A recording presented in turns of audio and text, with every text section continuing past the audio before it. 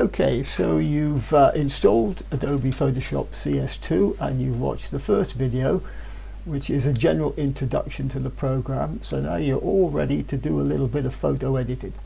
I have picked out 3 images to have a go at.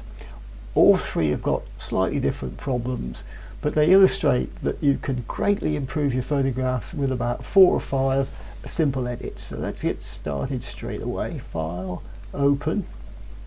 We're going to start off with this one.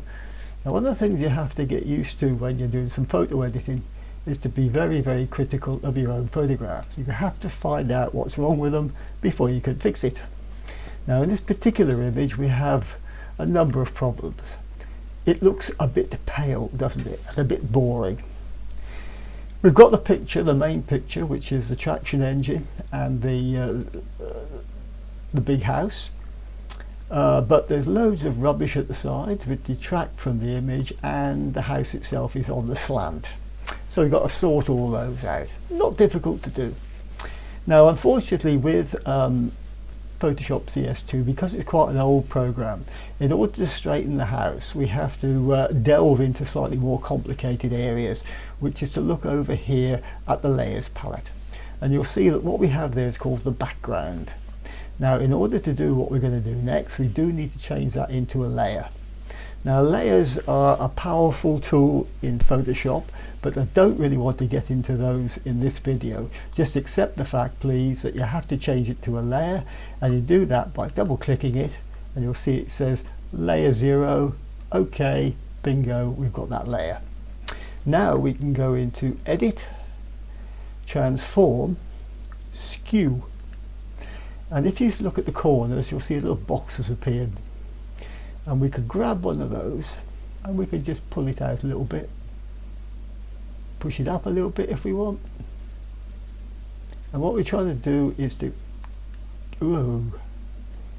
get that little chimney there parallel to the edge, and then everything else will come straight as well. And that's about it.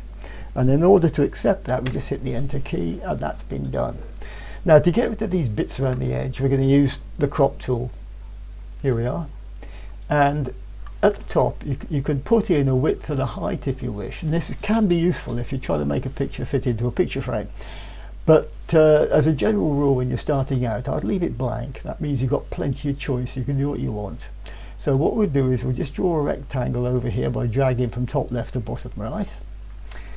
And then we can grab one of these little boxes at the side and move it in and out. Now, we want to move it to get rid of that there.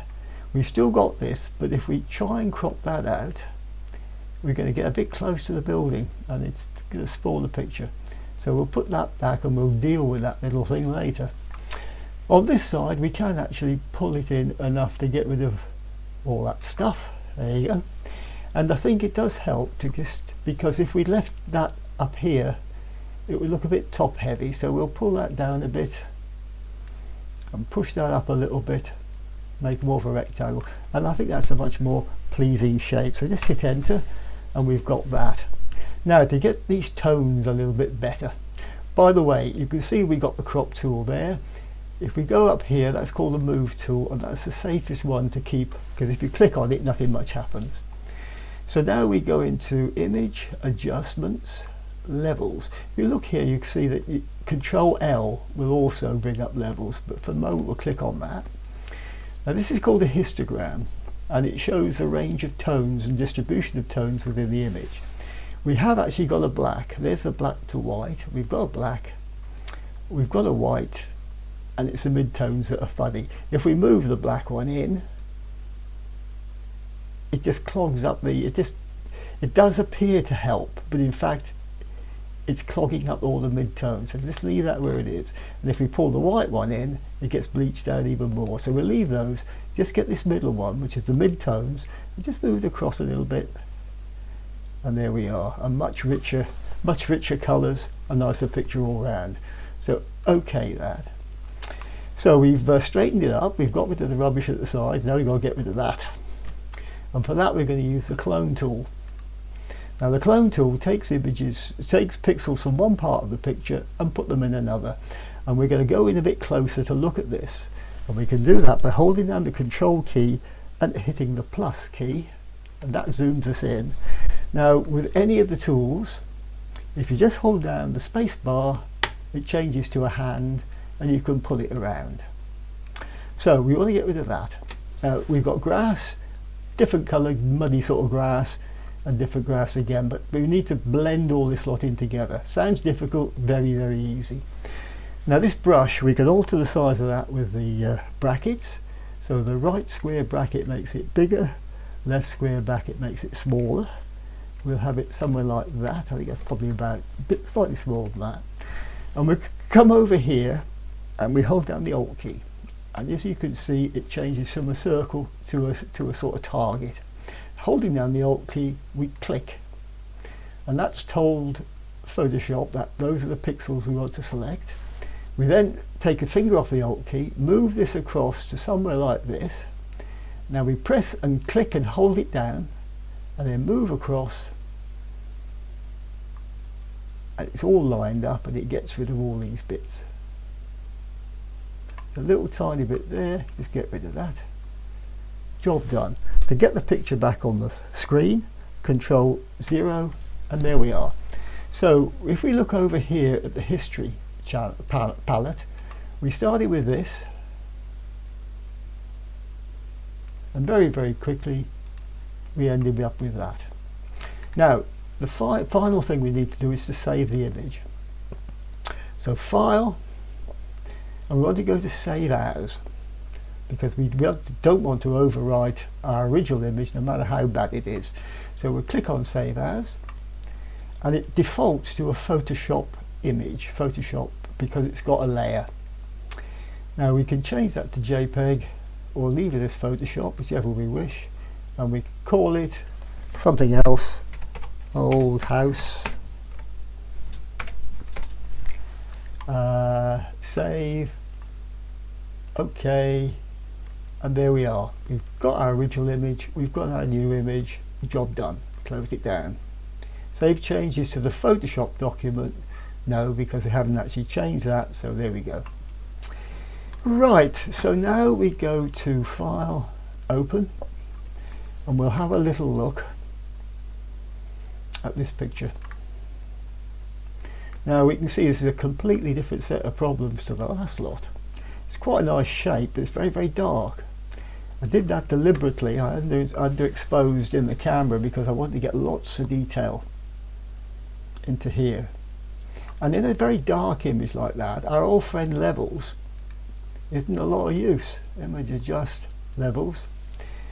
You can see the shadow area is what we want to lighten, and they're all butted up against this end, and all we can do is make matters worse.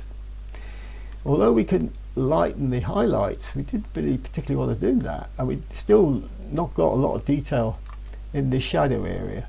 So we'll cancel that, and we'll go into another one, which is Image Adjustments.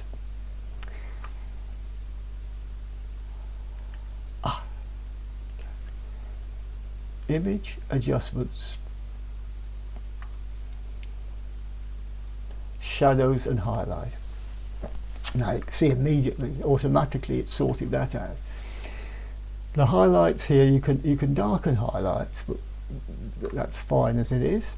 And we can lighten the shadows, and we can adjust that and get as much or as little in the shadows as we want without actually having much effect on the highlights. So we can OK that, and then we have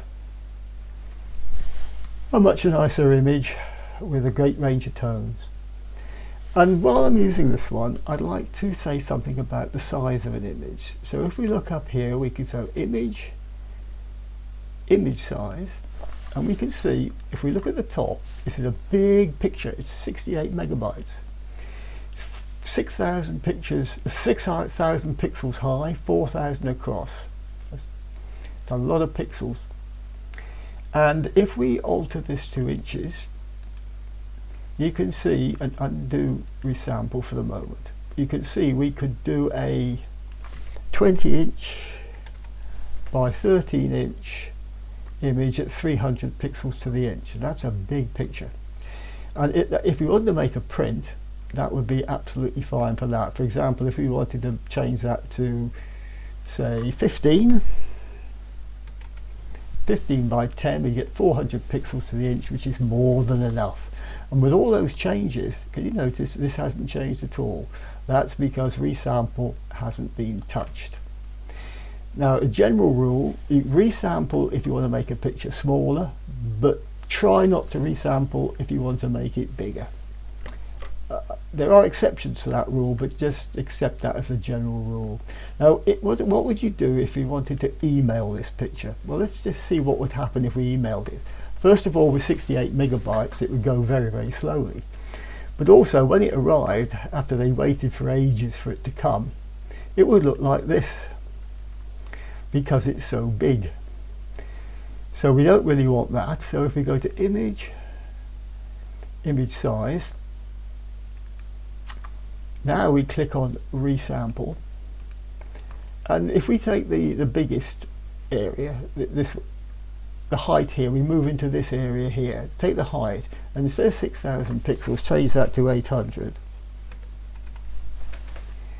It's come down from 68 megabytes to 1.22 megabytes. And that is what they would see on their screen. They could see the whole picture without struggling. So that's well worth thinking about. So we'll close that one down. We won't save any of this. And we'll open up the final image.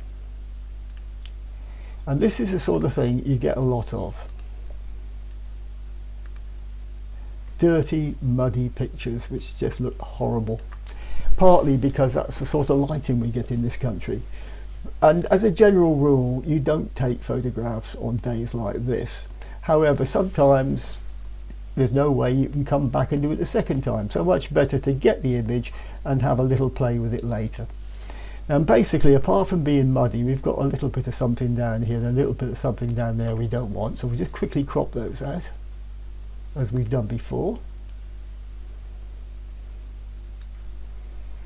That'll do. And we just hit enter. That's got rid of that. Now, back into our old friend levels. Control L if you remember. Now you can see here, our brightest part of the image is this sort of dull grey colour. Now if we move this little slider here into there, now that makes quite a difference, doesn't it? Can we lighten the midtones a bit as well? Yes, we can. Now that's a lot better. Okay, but still a bit sort of dull and uninteresting, so we can go into image, adjustments, hue and saturation. And be very careful with the saturation slider. It can really overcook the picture, but we'll move it up a little bit and suddenly the sun starts to come out. We can actually go so far it all breaks up, but I think just a hint of it like that makes quite a difference. So if we go back over here again to our history, we started with that. In about 2 or 3 minutes we ended up with that. So there you are. In very few clicks we've made quite a difference to this photograph. We've gone from open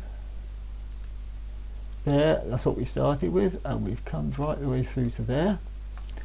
And it's made quite a big difference. So we'll just close that down. Nope. And hope that you learnt something from that and you're ready to start editing some of your own photographs. Happy editing.